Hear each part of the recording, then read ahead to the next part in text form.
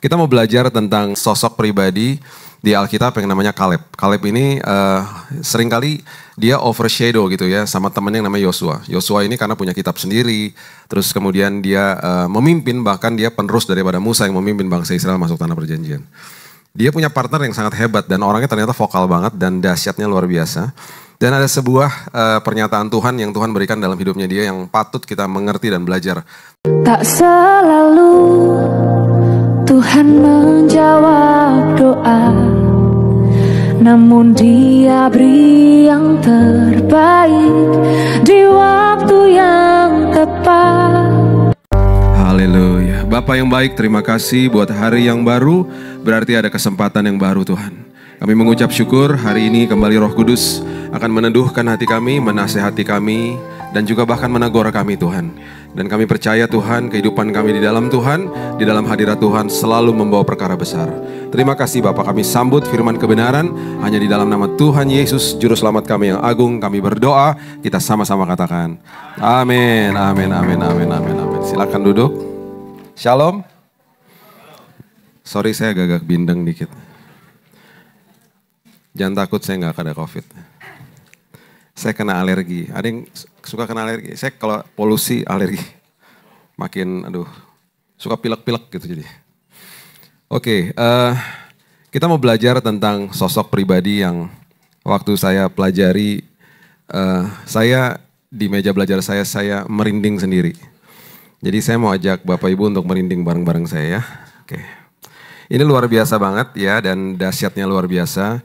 Kita mulai, kita eksposisi ringan aja tentang sosok pribadi di Alkitab yang namanya Kaleb. Kaleb ini seringkali dia overshadow gitu ya sama temannya yang namanya Yosua. Yosua ini karena punya kitab sendiri, terus kemudian dia memimpin, bahkan dia penerus daripada Musa yang memimpin bangsa Israel masuk tanah perjanjian. Dia punya partner yang sangat hebat dan orangnya ternyata vokal banget dan dahsyatnya luar biasa. Dan ada sebuah pernyataan Tuhan yang Tuhan berikan dalam hidupnya dia yang patut kita mengerti dan belajar. Karena ada sesuatu yang dari perkataannya dia itu menunjukkan bahwa ini orang yang benar-benar istilahnya gini, gue nggak peduli deh apa yang lo bilang, gue percaya sama Tuhan gue titik gitu, kayak gitulah pokoknya sikap hatinya tuh kayak gitu. Dan itu akhirnya membawa dia ke dalam banyak banget hal-hal yang luar biasa yang terjadi dalam hidupnya. Kita mulai dulu dari Bilangan 13 ayat 17 dan 18. Bilangan 13 ayat 17 dan 18 dikatakan begini, maka Musa menyuruh mereka untuk mengintai tanah Kanaan. Katanya kepada mereka, pergilah dari sini ke tanah Negeb dan naiklah ke pegunungan. Amatilah bagaimana keadaan negeri itu, apakah bangsa yang mendiaminya kuat atau lemah, apakah mereka sedikit atau banyak. Jadi pada awalnya waktu udah mau masuk tanah perjanjian mereka disuruh mengintai, kita sudah tahu yang mengintai 12 orang. 12 orang itu dari 12 suku, tapi ada satu suku yang gak ikutan. Tahu gak siapa? Ya. Ada suku Lewi gak ikutan. Suku Lewi ya lagi pelayanan, lagi latihan PW ya, jadi gak ikutan. Dia tugasnya memang untuk pelayanan soalnya ya, dia membantu mediator agung waktu itu, zaman itu kan ada Harun dan lain sebagainya, bantu imam besar di, waktu itu masih ada tabernakel Musa, kemudian timbullah bait Allah 1-2 dan kemudian ada, sebelumnya ada kemah Daud bahkan. Dan itu suku itu gak ikut. Nah kenapa masih tetap 12? Karena ada suku yang namanya suku Yusuf, itu ada Efraim dan Manasye dalamnya. Jadi tetap 12 akhirnya ya. Tuhan sama simbol sama angka itu detail lah. Jadi dia selalu ya 12 aja gitu. Jadi dia ambil 2 suku dari Yusuf, oke? Dan itu punya arti sendiri lah, tapi saya nggak mau bahas itu nanti panjang ya. Pokoknya 12 dikirim. Waktu 12 dikirim, di Bilangan 13 ayat 23 dikatakan begini. Ketika mereka sampai ke lembah Eskol, dipotong merekalah di sana suatu cabang dengan setandan buah anggurnya, lalu berdualah mereka menggandarnya, juga mereka membawa beberapa buah delima dan buah ara. Menggandar itu berarti memikul, berarti buahnya besarnya luar biasa. Oke? Bukan durian yang dipikir ya, anggur. Nah, saya mau Bapak Ibu perhatikan kalimat ini, lembah Eskol. Coba katakan sama-sama saya 2-3. Lembah Eskol. Oke, ingat baik-baik. Jangan sampai lupa, garis bawahi kalau perlu, catat kalau perlu. Di ujung daripada kisah ini akan sangat relevan ya. Lembah Eskol. Jadi waktu mereka mengintai, mereka sampai ke lembah namanya lembah Eskol. Lembah Eskol itu udah di dalam tanah perjanjian, udah ada di situlah. Jadi mereka mengintai berarti kan mereka masuk pelan-pelan ke area ya udah di perbatasan gitu ya.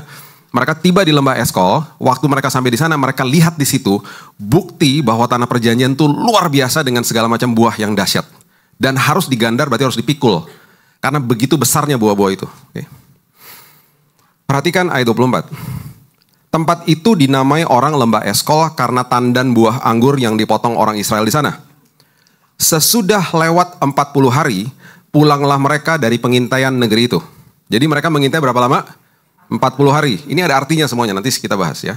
Dan langsung waktu mereka udah balik selama 40 hari, mereka datang kepada Musa, Harun, dan segenap umat Israel di Kades Barnea sebenarnya. Itu namanya Kades Barnea.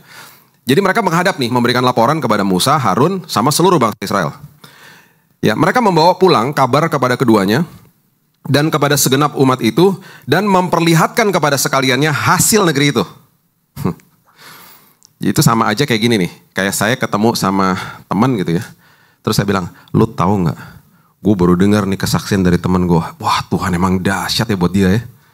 Ini nih, kayak dia lagi bawa hasil nih.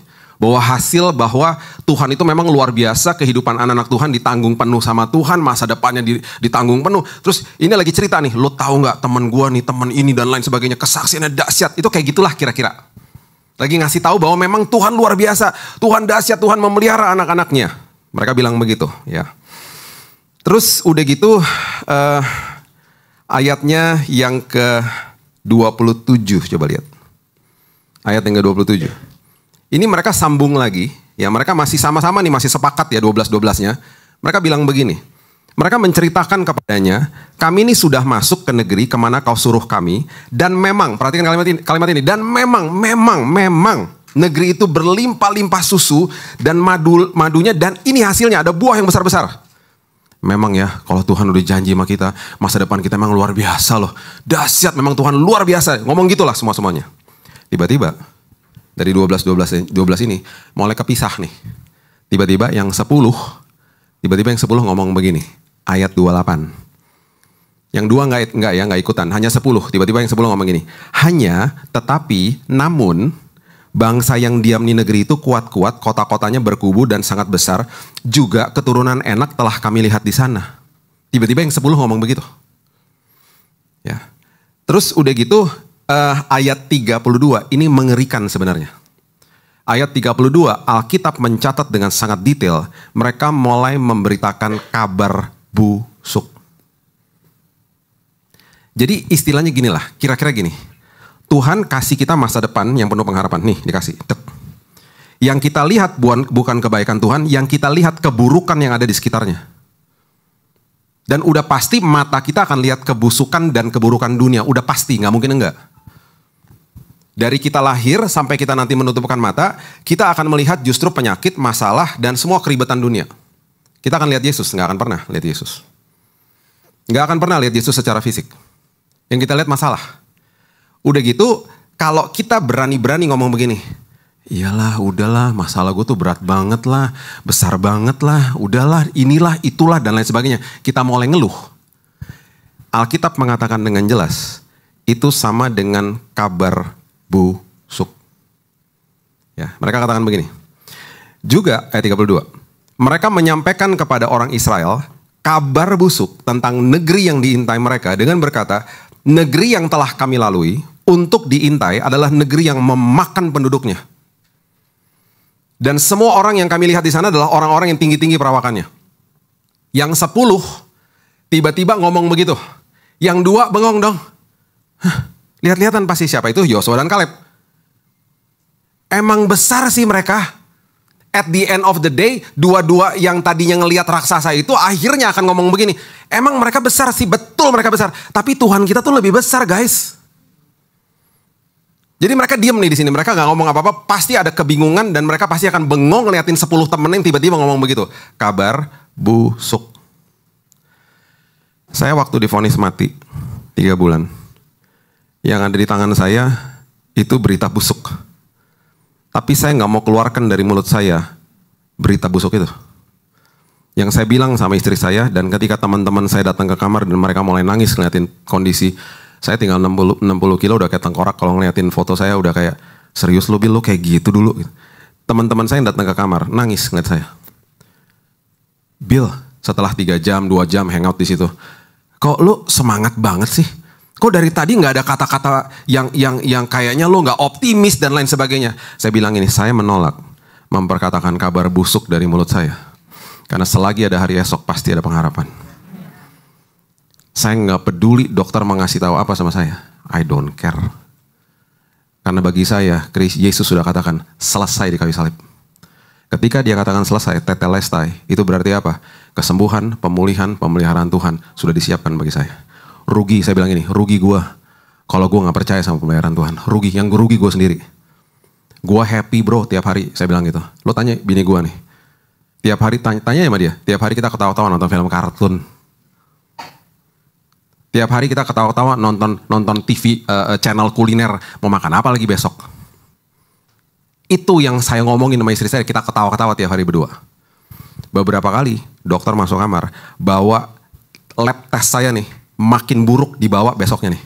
Dek, cuman sehari, tidak. Berhari-hari, besoknya saya nantikan lagi, darahnya nggak pernah naik. Di kemo di sini, plus ditransfusi, plus NaCl 3 selang masuk sini, yang masuk itu transfusi darah saya udah puluhan bag. Ketika masuk bocornya dari mana? Dari gusi. Tiap hari darah masuk, darah keluar dari gusi. Tiap hari ini saya begini nih, darah nih keluar semua di sini. Jadi bocornya tiap hari. Tapi nggak pernah sedetik pun saya bilang ini, Tuhan, ini buruk semua nih Tuhan, hasilnya mana nih Tuhan? Saya nggak setiap kali lihat begitu, udah pasti detik-detik pertama gini, ya belum naik sayang, makin turun darahnya. Terus kita taruh, kita ambil perjamuan. Terus kita bilang gini, Tuhan, tubuh dan darahmu sudah tersedia bagi aku. Tubuhmu sudah tercabik-cabik bagi aku, darahmu tercurah di kayu salib, udah menggantikan darahku yang rusak. Itu yang saya ngomong. Saya deklarasi dan saya bilang, Tuhan, today I'm gonna have fun today. Saya akan ketawa-ketawa di rumah sakit, I'm gonna enjoy my day. Why? Karena Tuhan lebih besar daripada penyakit saya. Itu yang saya katakan tiap hari. You know what happens setiap hari? Saya tersenyum dan ketawa-ketawa. Saya gak pernah stres. Makanya ikut Tuhan jangan pakai formula. Makanya saya suka sedih ya kalau ada orang datang kepada saya ngomong gini, Pak, saya udah doa sekian lama, saya udah puasa sekian hari, kok Tuhan gak jawab ya Pak? Itu saya sedih loh kalau ada orang ngomong begitu. Berarti ikut Tuhan pakai formula. Beda sama teman saya, udah cancer stadium 4 ngomong gini sama saya. Bill, udah lirih ngomongnya. Tuhan baik Bill. Saya lagi besuk dia nih, Tuhan baik banget Bill. Bill lu kan bilang ya bahwa kita berdoa dari posisi yang udah menang ya Bill. Gue percaya gue udah menang Bill walaupun gue belum lihat Bill.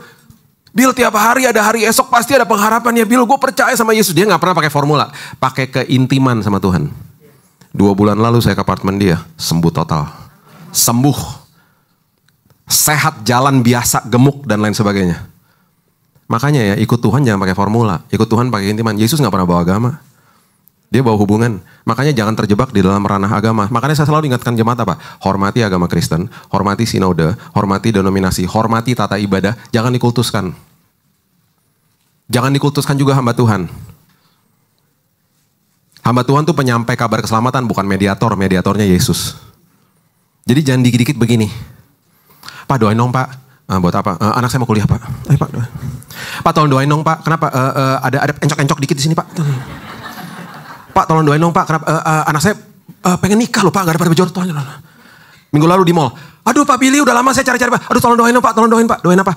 Saya juga bingung Pak, terserah Bapak deh, apa yang Tuhan tak kasih. Saya pengen gini toh, lama-lama gue charge ya. Gue udah kayak rasa kayak dukun tuh gak lama-lama, minta doa. Saya gak katakan gak boleh minta doa, kita patut saling mendoakan. Cuman kenapa kita gak aktifkan iman masing-masing? Roma mengatakan begini, roh Tuhan yang membangkitkan Kristus ada di dalam kita loh. Berarti kuasa yang ada di dalam saya, ada di dalam Bapak Ibu semuanya. Sama aja podoai. Jadi aktifkan iman itu sama aja kalau adik saya JC ngomong begini sama saya. Bill, gue pengen banget lo makan roti. Tolong dong bilangin sama papa mama, tolong beliin buat besok. Ya lo kenapa gak ngomongnya sendiri? Enggak akan lo lebih dekat. Jadi jangan mentang-mentang orang berdiri di atas mimbar, itu berarti lebih dekat sama Tuhan. Dari sini ke sana kagak dekat, dari sini ke sini, dekat ruang maha suci nih. Enak aja. Belum tentu ada kemungkinan besar yang duduk di situ lebih dekat daripada yang berdiri di sini. Kan Tuhan yang menilai. Jadi jangan dikultuskan hamba Tuhan. Hamba Tuhan penyampai kabar keselamatan kok, sekali lagi. Saling mendoakan itu patut. Ya. Tapi aktifkan imannya. Ikut Tuhan gak pakai formula. Ikut Tuhan dengan keintiman gitu loh. Semua agama diciptakan manusia. Untuk datang kepada Tuhan dengan upaya. Satu-satunya Tuhan yang datang ke muka bumi menghampiri manusia cuma Yesus. Dan dia gak pernah bawa legalitas. Dia bawa relationship sama kita. Jadi ajarkan juga kepada anak-anak kita. Hubungan kita sama anak-anak juga jangan ada legalitas-legalitas. Pelukin anaknya tiap hari bilang I love you, amin. Oke. Kenapa ada raksasa? Kejadian 6 ayat 4 coba lihat. Kejadian 6 ayat yang keempat. Pada waktu itu orang-orang raksasa ada di bumi. Ini saya cuma kasih backstory aja supaya Bapak Ibu ngerti kenapa ada raksasa. Dan juga pada waktu sesudahnya. Ketika anak-anak Allah menghampiri anak-anak perempuan manusia. Anak-anak Allah itu adalah fallen angels. Ya, saya nggak punya waktu untuk bahas ini. Ini pembelajaran sendiri. Anak-anak Allah itu adalah the fallen angels. Itu adalah malaikat yang udah jatuh mengawini anak-anak manusia, mengawini perempuan. Ya, dan yang terjadi adalah perempuan-perempuan itu melahirkan anak bagi mereka dan inilah orang-orang gagah perkasa di zaman purbakala, orang-orang kenamaan. Yang akhirnya menjadi keturunan daripada mereka mendiami tanah perjanjian. Salah satunya keturunannya adalah Goliat. Ini semua dari sini, dari kejadian 6. The fallen angels, malaikat yang udah jatuh mengawini perempuan. Itu yang terjadi. Makanya ada raksasa. Kalau kita baca sejarah, ya, backstory daripada ini, ada yang matanya cuma satu, karena tubuhnya defect. Kayak tubuh-tubuh dikutuk gitu loh, gede-gede orang-orangnya. Ngerikan sih memang sebenarnya. Oke. Sekarang coba lihat Bilangan 13 ayat 33. Bilangan 13 ayat 33. Be careful sama yang namanya self-talk. Orang yang paling sering berbicara sama diri kita sendiri adalah diri kita sendiri. Jadi kalau kita ngertinya salah, kita akan ngasih tahu diri kita salah. Perhatikan ini mengerikan. Bilangan 13 ayat 33. Juga kami lihat di sana orang-orang raksasa. Ini 10-nya ngomong begini ya. Dan berasal dari orang-orang raksasa. Dan kami lihat diri kami seperti belalang. Dan ini yang mengerikan lagi. Ini mereka berasumsi nih. Dan demikian juga mereka terhadap kami. Jadi mereka bilang gini. Dan juga musuh kami kalau lihat kami kayak belalang. Emangnya mereka ketemu musuhnya orang mereka mengintai kok. Mereka gak ketemu. Jadi mereka tuh berasumsi. Kalau sampai musuh kita ngeliat kita. Pasti mereka berpikir kita kayak belalang. Kita kalau ngaca juga kita ngeliat belalang. Udahlah kayak udah kayak belalang lah gitu. Itu udah orang. Itu udah jadi korelasi tuh. Orang kalau kasih kabar busuk. Gak ngucap syukur sama Tuhan. Dia pasti lihat dirinya gak mampu. Padahal dia gak sadar di dalamnya ada roh Tuhan yang membangkitkan Kristus. Rugi kita akhirnya. Gak ngalamin Tuhan akhirnya. Dibohongin nama iblis. Perhatikan perspektifnya Tuhan. Coba lihat Yesaya 40 ayat 22. Yesaya 40 ayat 22 coba. Dia yang bertahta, ya Tuhan yang bertahta di atas bulatan bumi. Dan penduduknya seperti apa? Belalang. Udah stop di situ aja. Ini ayat lagi menggambarkan Tuhan kalau lihat musuhnya bangsa Israel seperti belalang. 10 pengintai melihat dirinya seperti belalang. Ya, sekarang apa yang Kaleb lihat? Coba lihat. Ini yang dia lihat nih. Ya, ini yang dia kasih tahu. Bilangan 13. Kita mulai dulu ayat 30. Coba lihat. Ini Kaleb. Kaleb yang sangat vokal sih dari mereka berdua ya. Dia mulai keluar suaranya, dia mulai ngomong gini. Kemudian Kaleb mencoba menenteramkan hati bangsa itu di hadapan Musa. Karena mereka udah mulai gelisah nih. Katanya, tidak, kita akan maju dan menduduki negeri itu sebab kita pasti akan mengalahkannya. Udah tenang aja guys, kita pasti menang. Tapi kalah suara lah udah. Karena 10-nya udah mayoritas. Ya. Kemudian lihat Bilangan 14 ayat 9. Ini dahsyatnya luar biasa. 10 menganggap mereka saya seperti belalang. Tuhan melihat musuh Israel kayak belalang. Kaleb melihat musuhnya dari perspektifnya Tuhan. Bilangan 14 ayat 9. Hanya, janganlah memberontak kepada Tuhan. Dan janganlah takut kepada bangsa negeri itu. Sebab mereka akan apa? Kita telan habis. Yang melindungi mereka sudah meninggalkan mereka. Sedang Tuhan menyertai kita. Janganlah takut kepada mereka. Kaleb melihat musuhnya seperti belalang. Makanya dia bilang kita akan telan habis. Kalau kita baca Imamat, belalang adalah salah satu makanan mereka. Jadi yang dia lihat musuhnya dia bilang gini. Ya elah gimana sih lo? Justru kita yang makan mereka. Kita telan habis. Mereka kayak belalang justru. Beda perspektifnya. Dia lihat dari perspektifnya Tuhan. Anak saya Raina. Sekarang udah 23 tahun. Itu anak saya, dua-dua anak saya lah ya. Saya didik mereka tuh dengan punya spending time berduaan. Yang cowok juga begitulah ya. Jadi dari dia kecil, waktu dia pendeknya masih segini lah ya. Masih sepaha saya gitu ya.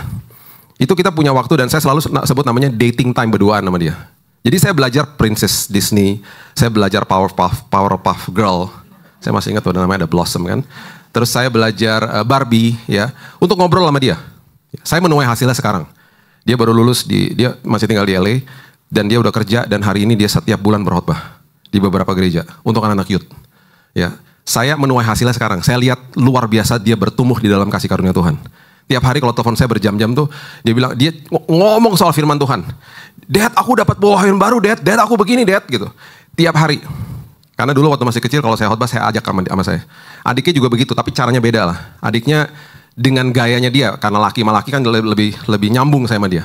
Kesukaannya banyak yang sama lah. Kalau cewek agak susah, karena saya harus paksa diri saya untuk belajar Barbie. Nggak suka saya. Untuk supaya bisa ngobrol sama dia, saya belajar karakternya atau enggak. Saya bacain satu-satu gitu. Terus belajar Princess Disney gitu. Aduh, jelimet ya pokoknya. Nah, satu hari, waktu saya lagi dating berdua nih sama dia nih ya. Di belakang lift, kalau kita terjebak di lift yang paling rame, dia suka tarik-tarik celana saya. Dad, lift me up dong, gendong dong. Dan berkali-kali saya bilang, susah sayang, gendong kamu susah. Ini liftnya lagi rame. Nanti ya tunggu bentar ya gitu. Sampai satu hari, saya nggak pernah lupa di Kelapa Gading Mall. Kita lagi di belakang nih ya, di paling belakang. Di pendeknya kan segini pendeknya. Terus saya baru nyadar nih, iya ya, sependek dia, setinggi dia, itu pemandangannya kan nggak enak banget tuh. Yang udah ketawa udah dapat pewahyuannya. Kalau terjadi kejadian-kejadian tidak diinginkan, kena duluan anak saya. Yang ketawa udah ngerti, yang masih nggak ngerti, maksudnya apa sih? Kalau masih nggak ngerti juga, ntar dari sini ke Senayan City, kan udah boleh tuh lift rame-rame. Berdiri paling belakang terus begini nih. Pasti nyadar, iya nggak enak banget loh pemandangannya, kan pendek segitu. Jadi saya minta maaf sama mas di depan saya. Mas, permisi ya mas. Saya paksa saya gendong dia. Dan saya nggak pernah lupa waktu saya gendong dia, muka dia tiba-tiba begini. Lega. Kenapa dia lega? Pemandangannya setinggi pandangan saya. Liftnya masih rame. Kadang-kadang lebih rame, tapi dia nggak peduli. Karena pandangannya setinggi pandangan saya. Kalau lagi lewatin badai, jangan nangis-nangis Bombay sama Tuhan. Bilang, Tuhan gendong aku Tuhan. Tiba-tiba rasa damai sejahtera. Tiba-tiba rasa sukacita. Badainya masih ada. Kadang-kadang tambah berat. Tapi kita tenang. Karena lihat dari perspektifnya Tuhan.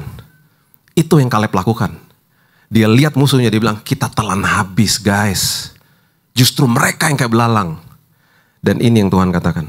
Ya. Akhirnya ini yang terjadi. Perhatikan ini baik. Bilangan 14, ya, ayat 33 dan 34.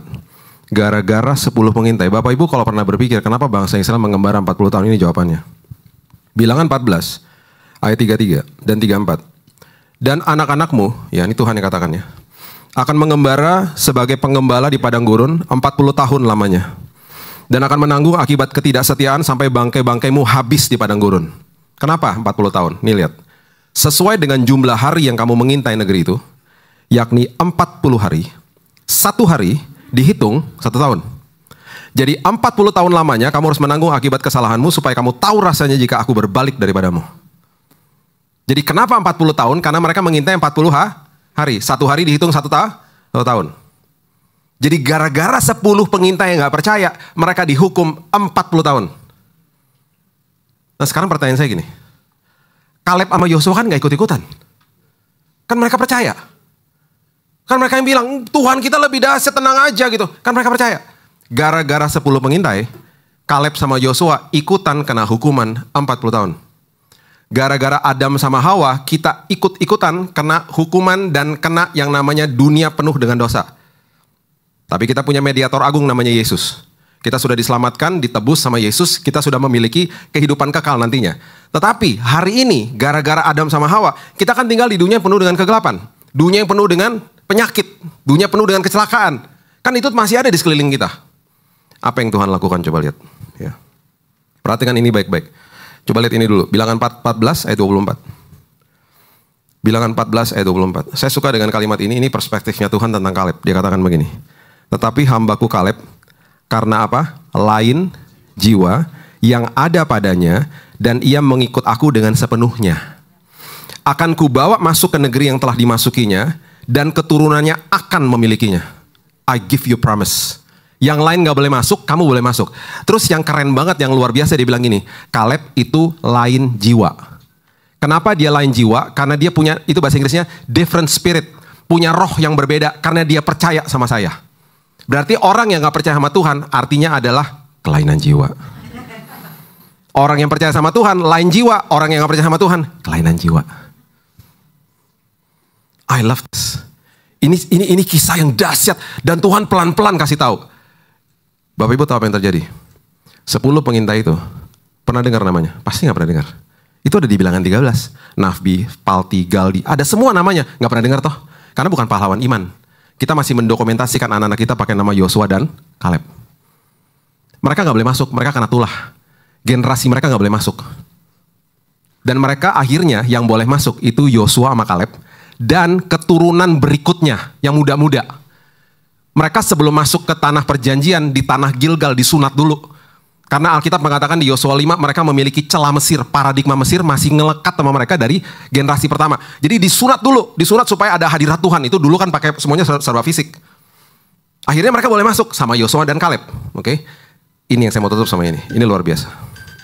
Yosua 14 kita lihat ya, ayatnya yang ke-7. Saya kalau kaum ibu udah biasa, HP nyala. Udah biasa. Saya suka kasihan sama ibu-ibu karena ibu-ibu nggak tahu cara matiin.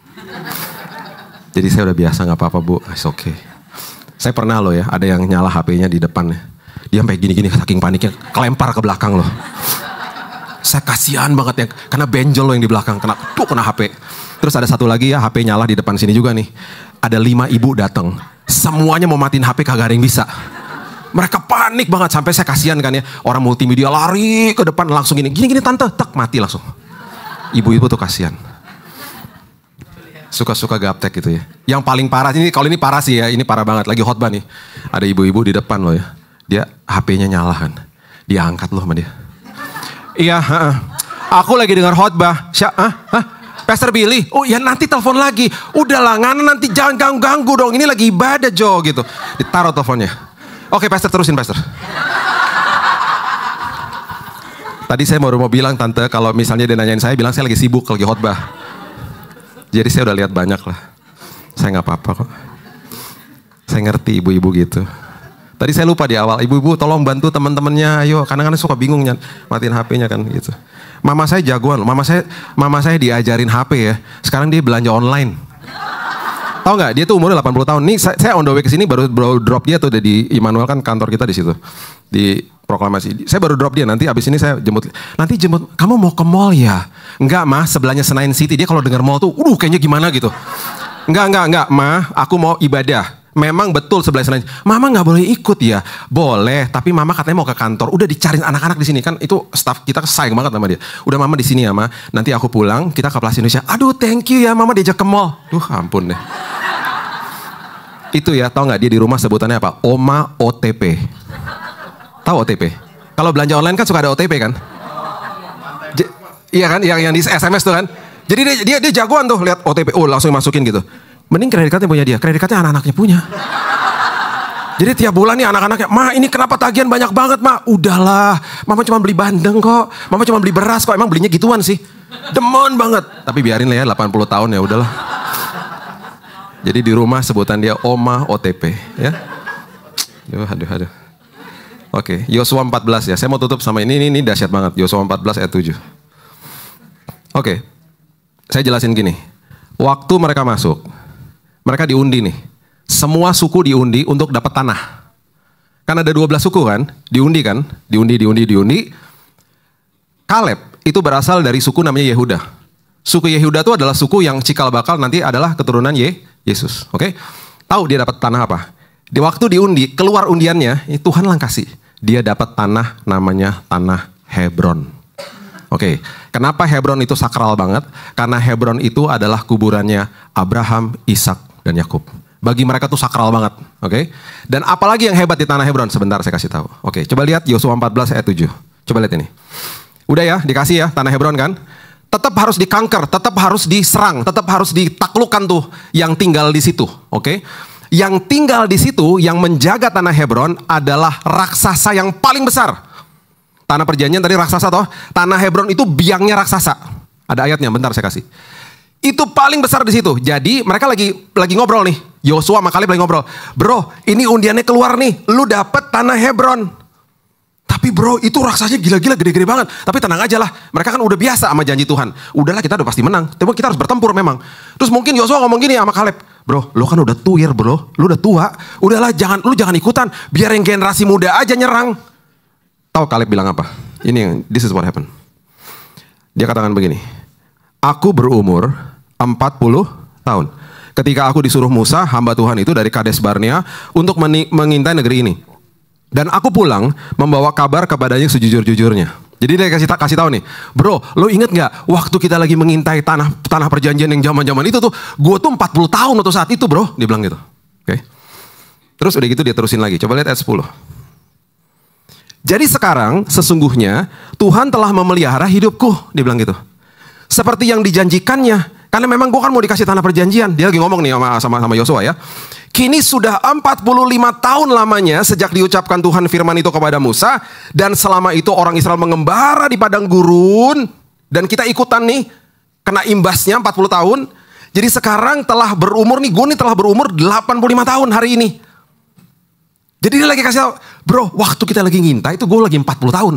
Sekarang nih udah 45 tahun, setelah itu gue sekarang udah 85. Cuma gue mau kasih tahu sama lo, bro. Kita kan berdua nih ikut kena hukuman yang 40 tahun. Gue cuma mau kasih tahu sama lo apa yang terjadi sama gue. Ternyata Tuhan luputkan gue dari hukuman itu. Buktinya gue sampai hari ini masih awet muda. Kekuatan gue gak berkurang, bro. Dia ngomong gini di ayat 11. Pada waktu ini aku masih sama kuat seperti pada waktu aku disuruh Musa. Seperti kekuatanku pada waktu itu, demikianlah kekuatanku sekarang untuk berperang dan untuk keluar masuk. Jadi dia bilang gini, bro, walaupun kita kena hukuman, karena kita berdua percaya, kita awet muda, bro.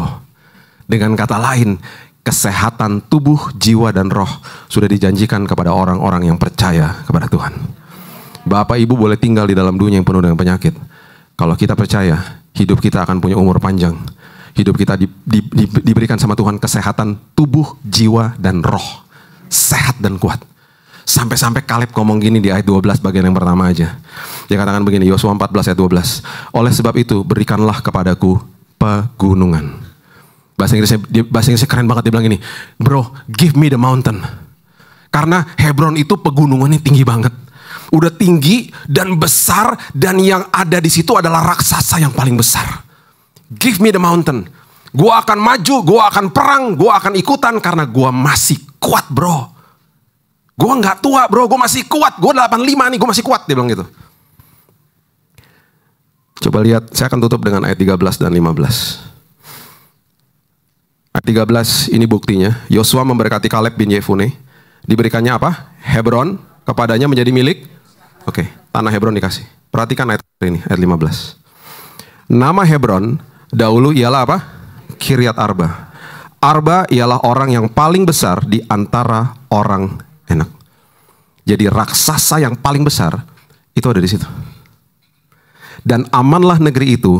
Kemudian setelah selesai semuanya ditumpas, berhenti berperang. Saya mau tinggalkan ini kepada Bapak Ibu sekalian. Ingat tadi lembah Eskol? Rupanya lembah Eskol itu ada di tanah Hebron. Lembah yang luar biasa, yang mereka ambil hasil tanahnya, yang buahnya sangat subur dan besar-besar, itu rupanya ada di Hebron. Tinggal dicek, ada di Google kok. Where is Eskol? Pasti dibilang Hebron, the land of Hebron. Berarti waktu awalnya mereka masuk, Tuhan lihat orang-orang yang tidak percaya. Ketika dia lihat ada anak yang percaya, dia bilang, ini hasil ini, perkara besar ini, justru aku akan berikan kepada orang yang percaya kepada aku. Jadi Bapak Ibu, kalau di depan kita ada gunung yang sangat besar, ada masalah yang sangat besar, itu berarti Tuhan percaya kita untuk menaklukkannya. Karena dia lihat ada Kaleb di dalam kita. Di balik masalah yang besar itu, ada tanah Hebron sama lembah Eskol yang menanti bagi kita. Ada berkat Tuhan yang dahsyat yang menanti. Jadi kalau ada masalah makin besar, bilang apa? Terima kasih Tuhan. Berarti engkau tahu aku sanggup bersama dengan engkau, karena engkau yang justru yang berperang bagi aku. Justru katakan begini, Lord, give me the mountain. Aku gak takut Tuhan. Saya tutup sama ini.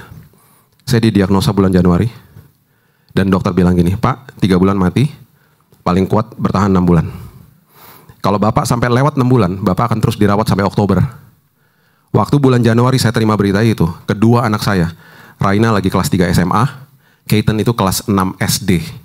Berarti dua-duanya akan nanti bulan Juni ujian akhir dan ada acara namanya wisuda, betul? Saya bilang gini sama Tuhan, Tuhan, saya gak peduli, give me the mountain. Saya percaya Tuhan, saya akan keluar dan pulang ke rumah, bukan di kantong jenazah. Saya pulang ke rumah sehat, dan saya percaya di bulan Juni Tuhan, kedua wisuda anak saya akan hadir di situ. Hadir Tuhan. Bapak Ibu, bulan Februari Tuhan sembuhin saya. Saya masih dirawat sampai bulan Mei. Bulan Mei saya tanya sama dokter, dok nggak dikasih obat? Nggak, kalau kamu pusing Panadol aja sana gitu. Nggak dikasih obat. Bulan Juni dalam kondisi yang masih kurus, masih lemah, tapi sudah dinyatakan sembuh. Saya hadir di dalam kedua wisuda anak saya. Saya bilang gini, Tuhan terima kasih. Ini adalah dibalik daripada gunung yang besar itu.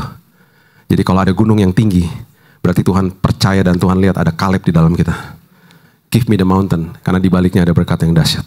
Berikan tepuk tangan kita untuk Tuhan kita. Bapak terima kasih, mengucap syukur buat siang hari ini. Berkati semua yang telah hadir Tuhan di tempat ini.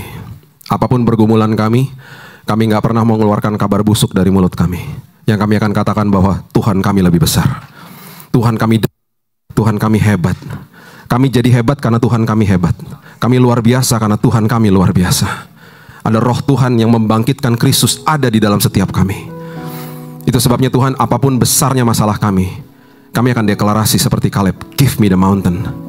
Karena di balik pegunungan yang tinggi ini Tuhan, ada berkat Tuhan yang menanti bagi kami.